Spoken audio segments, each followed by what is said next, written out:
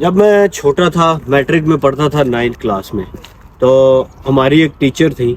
وہ ٹیچر جب اسکول میں پڑھاتی تھی ہمیں، تو انہوں نے بی اے نہیں کیا ہوا تھا.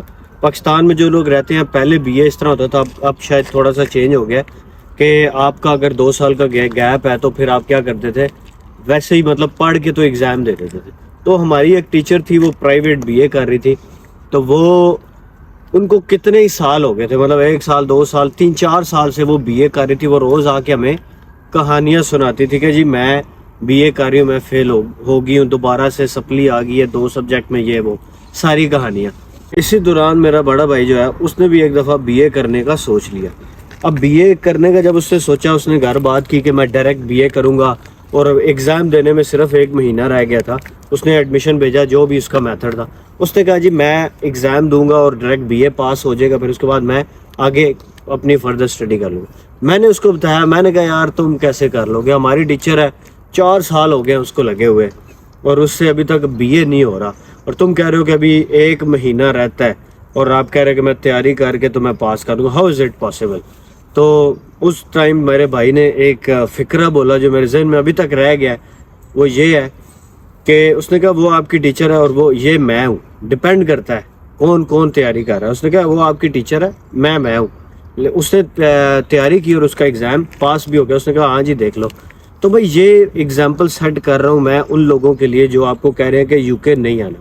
اچھا جو یو کے میں یا کسی بھی اور کنٹری میں، کینیڈا میں ہے، جرمنی میں ہے، وہ آپ کو ڈی موٹیویٹ کرتے ہیں، کہتے ہیں یہاں پہ نہیں آنا. اس کی کیا ریزن ہے؟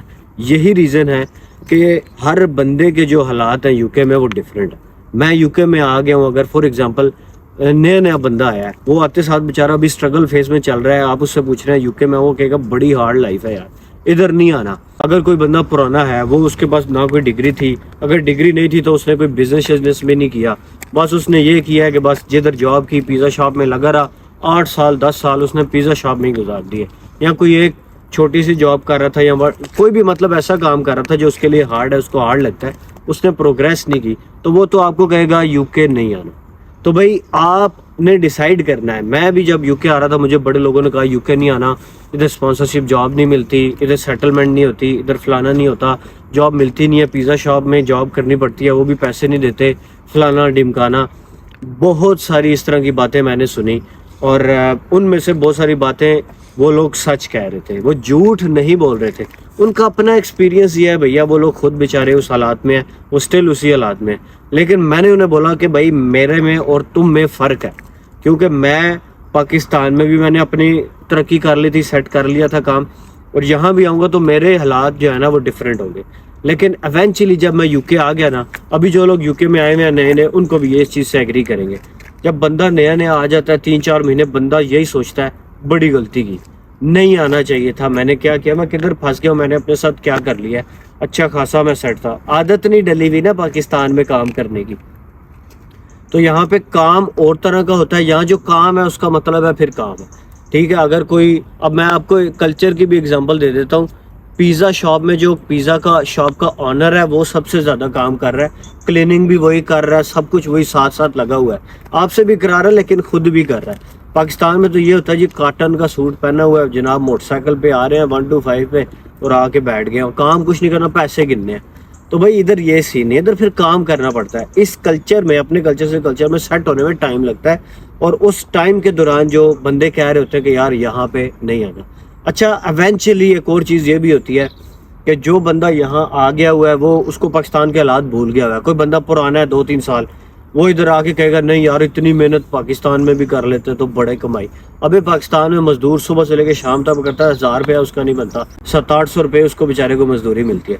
تو یہ مجھے بتاؤ کہ تم ادھر 12 گھنٹے جناب جو سیکورٹی کی شفٹیں بھی کر رہے ہیں، کچھ بھی نہیں کر رہے جناب، بیٹھے ہوئے ہیں، اور وہ کہہ رہے ہیں کہ بڑا اوکھا کام کر رہے ہیں ہم.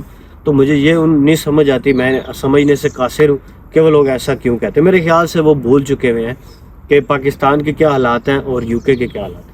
تو بھائی پاکستان سے باہر نکلے، چاہے یو کے آ جائیں، چاہے کینیڈا، امریکہ، جرمنی، یورپ، کسی بھی ملک میں چلے جائیں، آسٹریلیا میں چلے جائیں، پاکستان سے پھر بھی بہتر ہوگا. ریسیشن چل رہی ہے، جابس نہیں مل رہی، یہ لوگ بہت ساری اس طرح کی چیزیں ہیں اور سٹل ہیں. میں آپ کو بتا رہا ہوں کہ ایسا بالکل نہیں ہے کہ بھائی میں کہوں بڑی دودھ کی نہریں بہ رہی ہیں، ادھر آتے ساتھ جناب افسر لگ جاؤ گے، یہ ایکسپیکٹیشنز نہیں لے کے آنی. اگر یہ سوچ کے آ رہے ہو تو بھیا پھر نہیں آنا. ادھر مشکلات ہیں، محنت کرنی پڑتی ہے, محنت کرو گے تو پھل مل جائے گا, اگر نہیں کرو گے تو پھر آخر میں یہی کہو گے پچھلوں والوں کو, بابا جی اتنے کوئی نہ آئے ہو. ملتے ہیں اگلی ویڈیو میں, خدا.